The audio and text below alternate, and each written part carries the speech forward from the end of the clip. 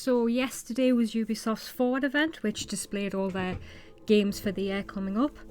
And a large part of that was, of course, Assassin's Creed. And a lot of focus was put on Assassin's Creed this year because, 15th anniversary. And you know what? I've got to give Ubisoft some credit for the marketing leading up to this. Because they released that live action trailer that sort of showed the history of the franchise so far.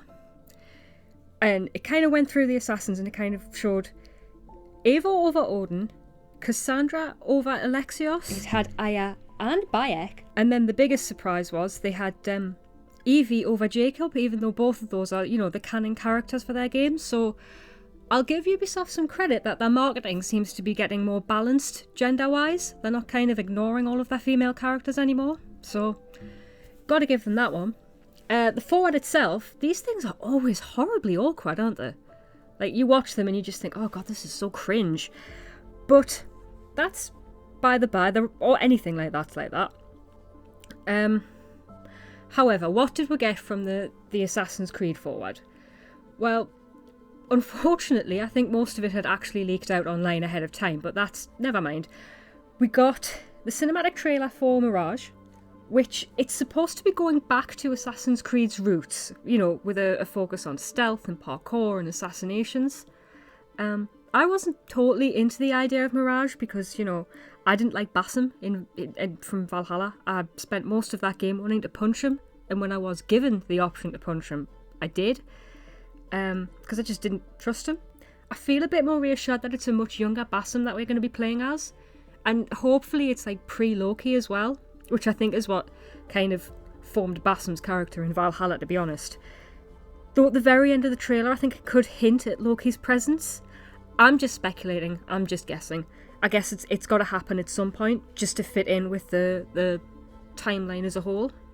While the cinematic trailer was nice, and you can't say Ubisoft don't do nice cinematic trailers because they always do, I think it's concerning we saw absolutely no gameplay for this whatsoever throughout the entire presentation for Mirage. And, this is a game releasing in 2023 that they're taking pre-orders for, and there was nothing.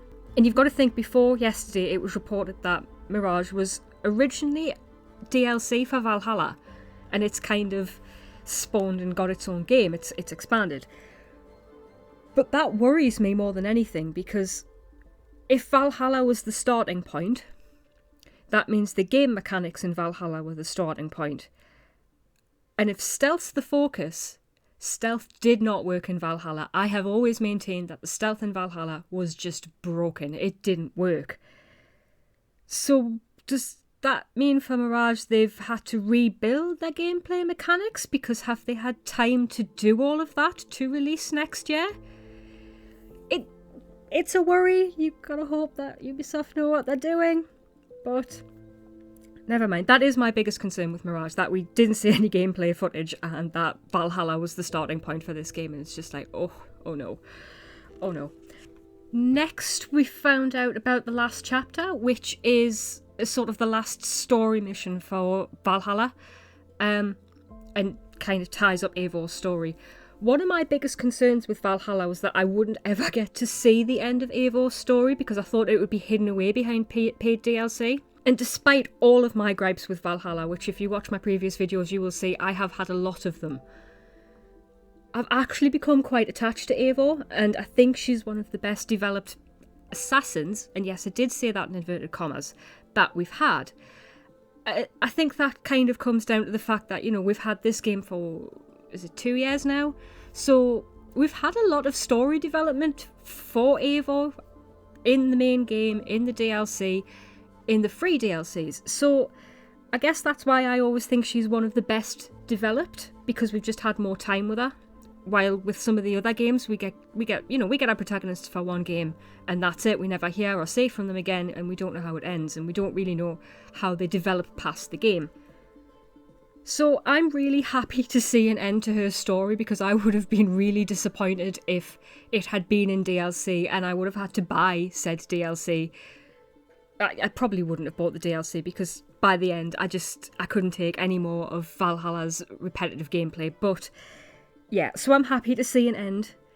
And it was kind of also very clear that there was an obvious divide between Eivor and Odin. I've always thought less of Ubisoft for the fact they pushed Odin to the front of all the marketing for this game. And it's not... Odin isn't the protagonist, he isn't the main character. He's kind of a figment of Eivor's imagination, in a way. I mean, once you play the main game, you kind of understand why Odin's there, and... Anyway. So I do appreciate that Eivor is, you know, it's her final chapter. He's just kind of there. It kind of seems like she's saying goodbye to him, in a way, and that she's developed a way to learn to live with him. It's also weird, I suppose, you know, with the past lives thing, it kind of gets a bit complicated.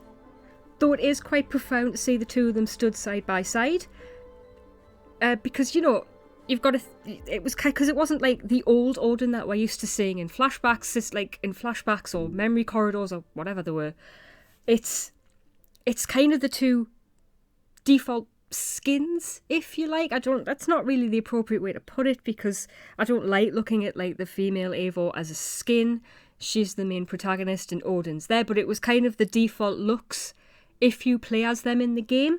So it kind of stands as a farewell to both of them, depending on who you've played on, which one of my criticisms for the crossover event was, you know, if you'd played as Alexios through all of Odyssey and then you went into Valhalla, and for that story, Cassandra was the default there.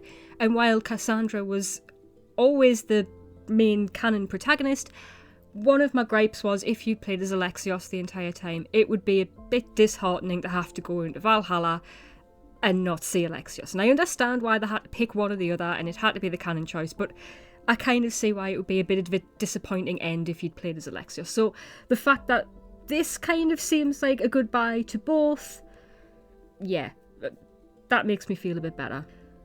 Then we had codename Jade, which... I know this is another one that we've seen rumblings about on the internet long before yesterday. It's a mobile game, and I'm personally not interested in mobile games. I see mobile games as something mindless that I do, you know, on my lunch break or when I've got 5 minutes spare. It's not an immersive experience for me, which is kind of what I want out of things like Assassin's Creed. But again, they kind of put this big message up saying, you know, captured in-game, but there was no gameplay. So, other than a setting in a time period, and then being told that, you know, you can amend your character's appearance, we really know absolutely nothing about this. We don't know what kind of game it really is. They then kind of quickly followed this up by mentioning the Netflix series, which were about 2 years from when this was originally announced. And they're still in the early stages of development. What are they doing?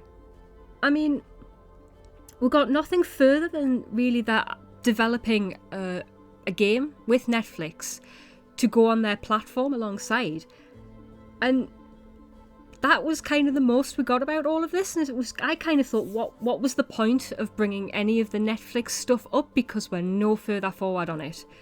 And it's just kind of like they could have put something somewhere in a title card, you know, when they were flashing up other things that are available. They could have had like a coming soon thing.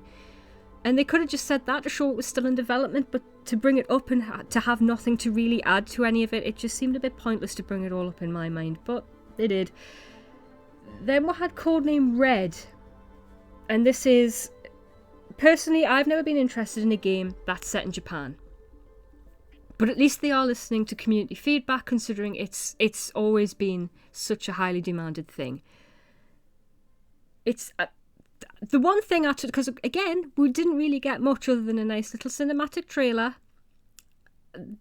The only thing that I found interesting in everything they said about it was the fact that they kind of doubled down on the fact that this is an RPG game, despite the fact that Mirage is going back to its roots. So there was almost a doubling down on, yes, we are sticking with the RPG format and it's here to stay for a little while longer. But we didn't really get much more than that. Then they moved on to codename Hexay, which they stated outright this one is quite a different Assassin's Creed game. And I'm wondering if this one's totally moving away from the RPG style, which is it kind of makes me think that's why they mentioned the other one was an RPG, and then they didn't mention what this one was, they just said it was very different. So, yeah, I'm wondering if it's, you know, they're going for something, like two totally different styles of game here, and that's why they've kind of done it the way they have. The leaks ahead of yesterday indicated this one is set during witch trials, and out of everything they revealed, this one was kind of the one where I thought, oh, this one sounds interesting. But saying that, I think I'm going to take the same view of this one that I did with Odyssey, where throughout playing all of that game, I kind of thought, I'm enjoying this, but it's not an Assassin's Creed game, and I think that's what Hexay is going to be. I think it's going to be so far removed from what we expect of an Assassin's Creed game that I'm just going to say, yeah, it's got the title, but it's not really an Assassin's Creed game.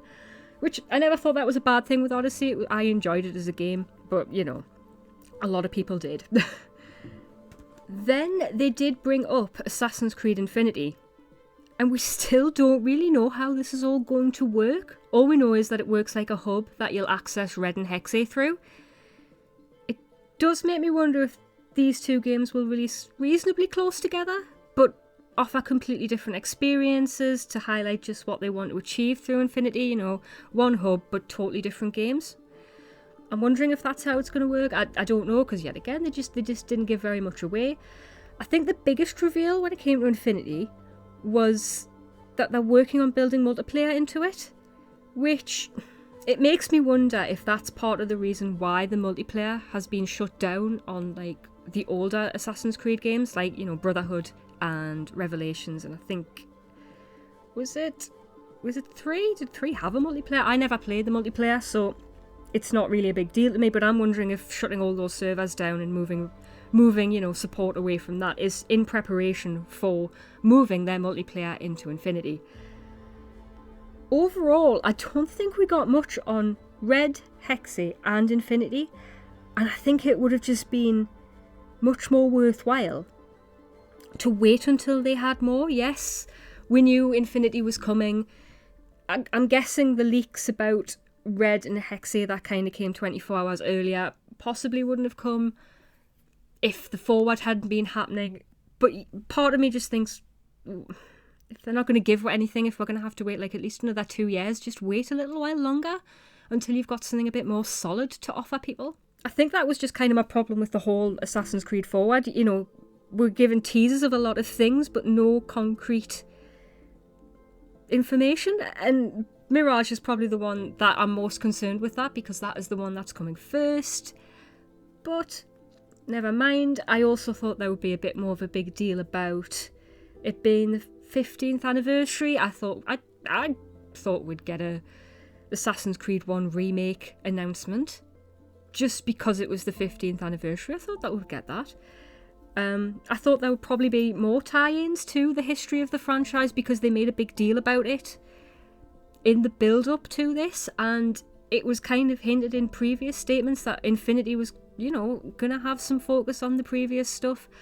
So for there to be sort of no real discussion around anything like that, it was, yeah, I think what we got wasn't enough, but it was something. It hasn't really reignited my passion in the franchise. I'll stick with the franchise, of course I will, but it wasn't what I thought it would be. I thought there would be more. I certainly thought there would be a bit more on Infinity, but never mind. So I dare say that when we get the final chapter for Assassin's Creed Valhalla, I will be playing that, and I probably will review it because I've reviewed most of the DLC for Valhalla.